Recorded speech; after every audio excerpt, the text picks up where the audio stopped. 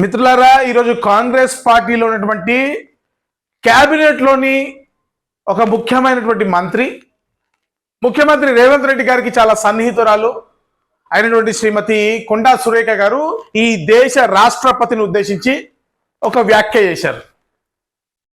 అంటే ద్రౌపది ముర్ము గారిని విధవరాలు కాబట్టే ఈరోజు అయోధ్య రామాలయ శంకుస్థాపనకి పిలవలేదు, పార్లమెంట్ ఓపెన్కి పిలవలేదు, దళితులంటే భారతీయ జనతా పార్టీకి చిన్న చూపు అని మాట్లాడతారు. నేను ఒక మాట చెప్తాను అనుకుంటున్నా, ఎన్ని రోజులు ఈ అబద్ధాలు చెప్తారు?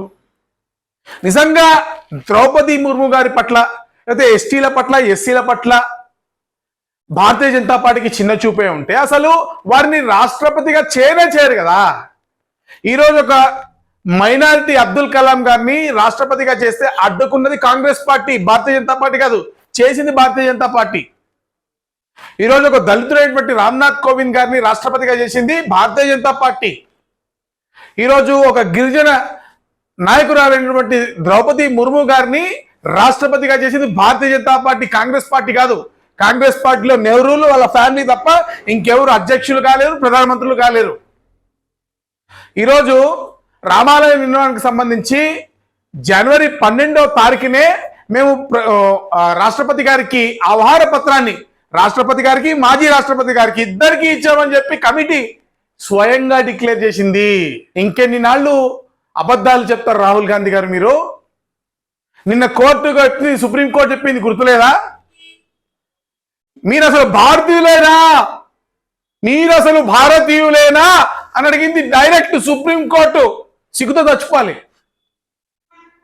ఎంత ఘోరమైనటువంటి విషయం ఈ దేశ ప్రజలు తెలుసుకోవాలి. రాహుల్ గాంధీ గారిని మీరు అసలు భారతీయులైనా, దేశానికి సంబంధించిన విషయాలు మీరు ఈ విధంగా ఎట్లా మాట్లాడతారు, మీ దగ్గర ఆధారాలు ఏమున్నాయని చెప్పి డైరెక్ట్ ఈ దేశ అత్యున్నత న్యాయస్థానం సుప్రీంకోర్టు ప్రశ్నించింది.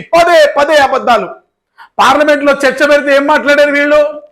మన యుద్ధ విమానాలు ఎన్ని పడిపోయినాయి, మన సైనికులు ఎంతమంది చనిపోయారు, మన టెరిటరీ ఎంత ఆక్యుపై అయింది, ఈ క్వశ్చన్లు వేసేది.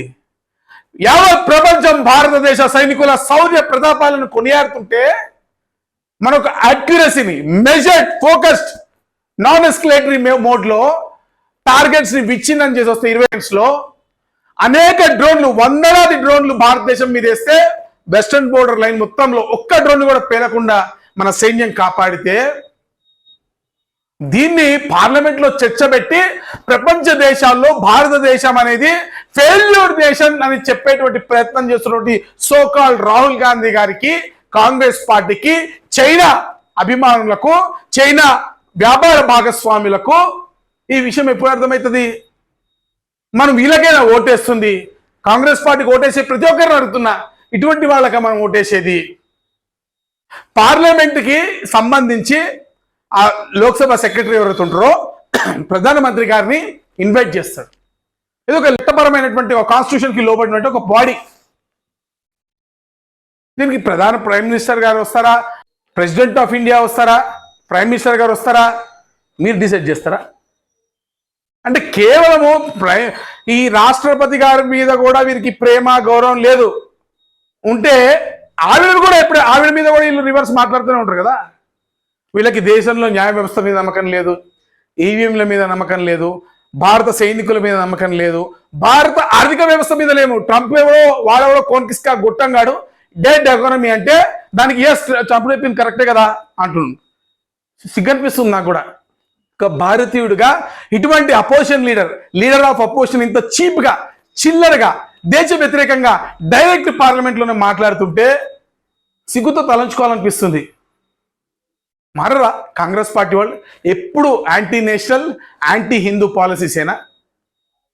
We are not against to any religion.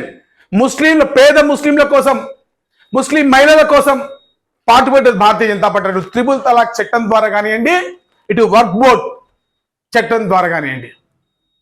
మీరేం చేశారు ముస్లింలకు? కాంగ్రెస్ పార్టీ ఇటువంటి కుహానా రాజకీయాలను మానుకోవాలి. దేశ వ్యతిరేక శక్తులు వాళ్ళ అధినాయకత్వంగా ఉండడాన్ని వాళ్ళు వ్యతిరేకించాలని కోరుకుంటూ భారత్ మాతాకి జై.